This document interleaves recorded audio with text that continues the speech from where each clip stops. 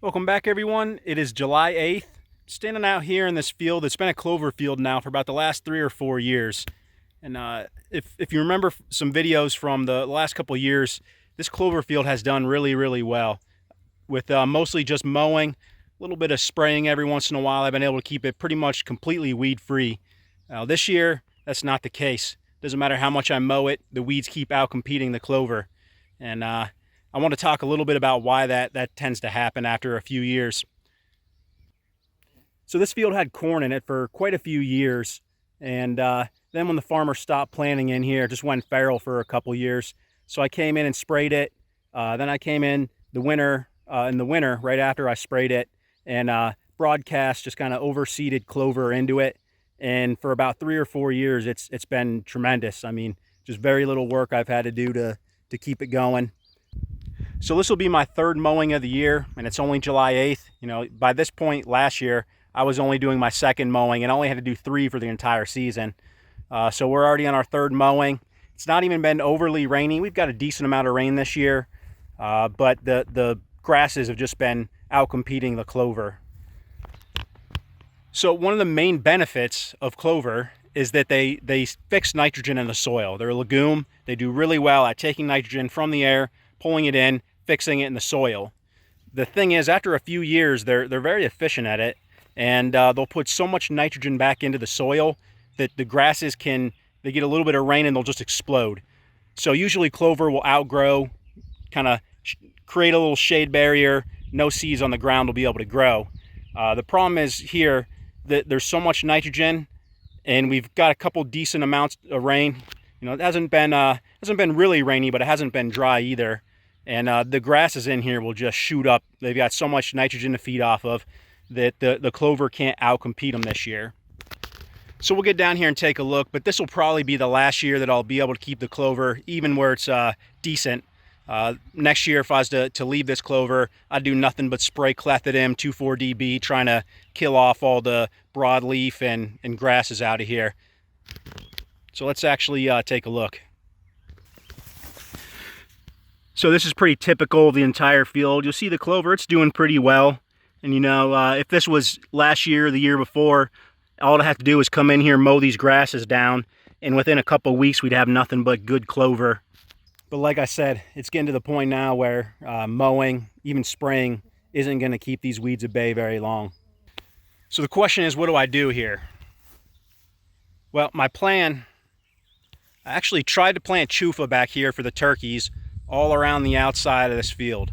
So if you look, a couple of years ago I had Egyptian wheat planted all through here, and last year I decided not to do that. You know, the 2 years before when I had planted it didn't seem to actually get those bucks out into the field during daylight like, you know, some folks promise it will.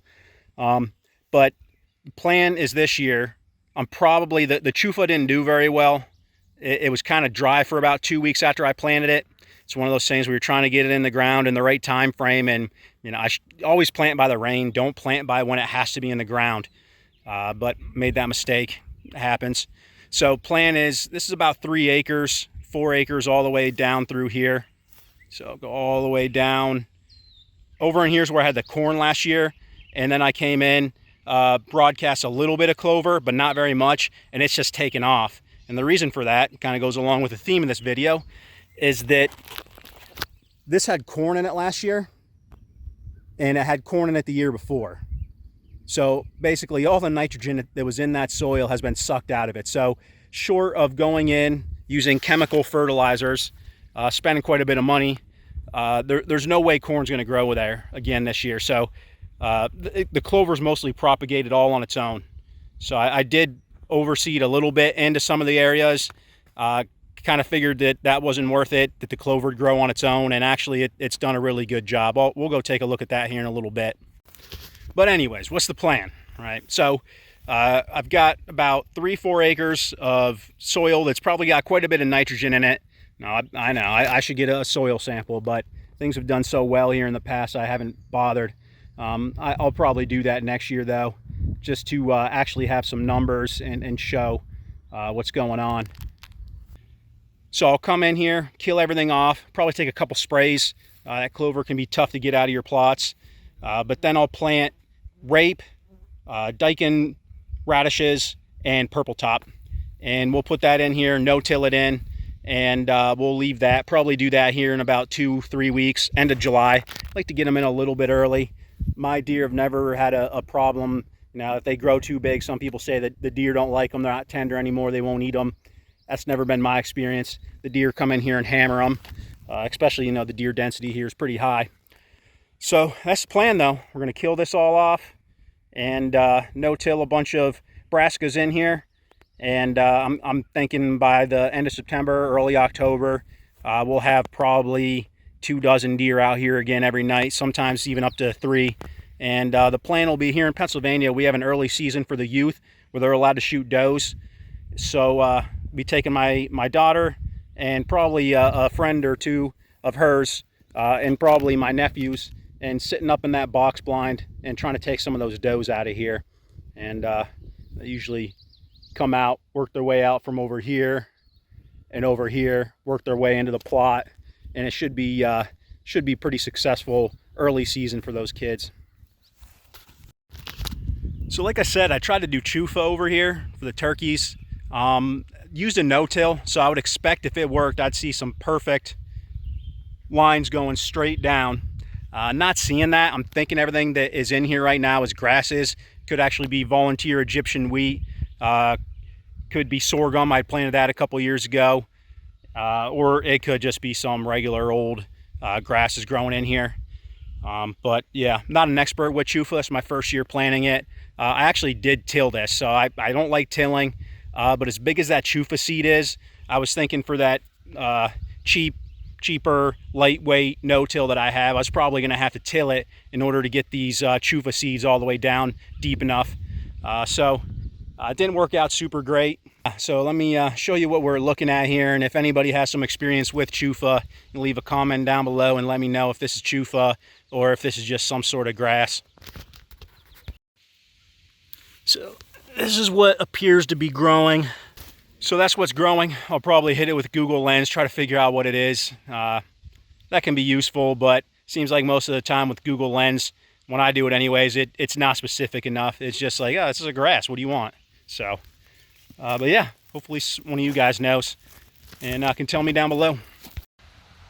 Well, I figure since we're already out here and need to get a little practice in every once in a while, I'd grab my AR-10 here, do a little target practice. So I set some rocks up across the field here, probably about a maybe 80-yard shot. Figure we'll take a few shots and let's try to stay practiced. And I got my 1911 with me and some spare cheap ball ammo, so might take a few cracks with that too.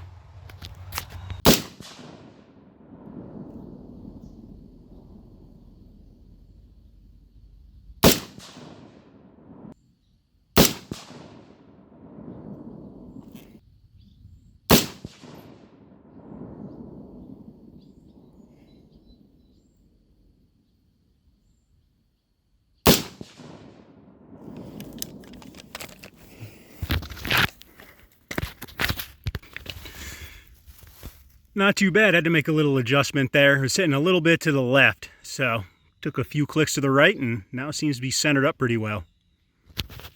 Let's try the 1911.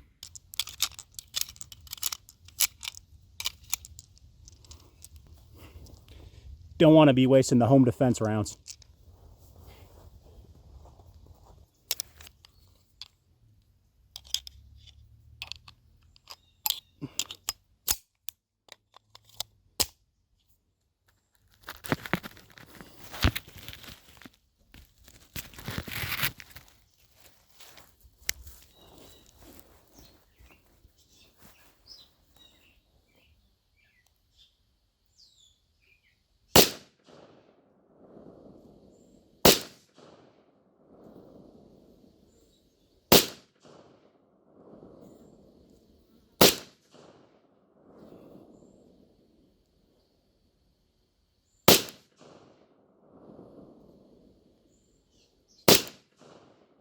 Closer.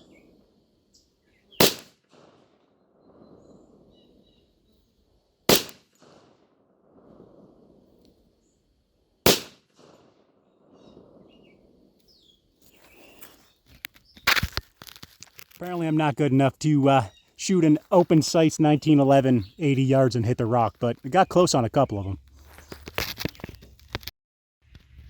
We'll try from a little more reasonable range here. Let's see how it goes.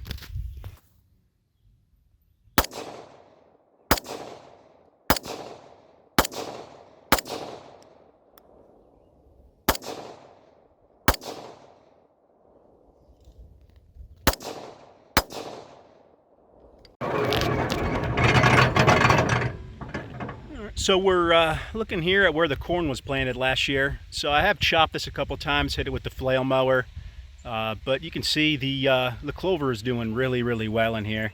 And like I said, I didn't do very much work at all to get this clover established.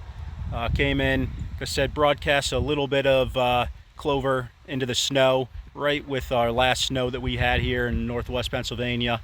Didn't even do the whole field, but it is propagated really, really well. And I just put that down to the fact that there is almost no nitrogen left in the soil after corn for the last couple years. So I did fertilize it with nitrogen a couple times in the last couple years, but that corn, I mean, it just pulls all that nitrogen out of there.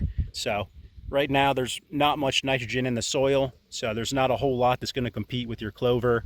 And this is why I rotate the clover in the way I do.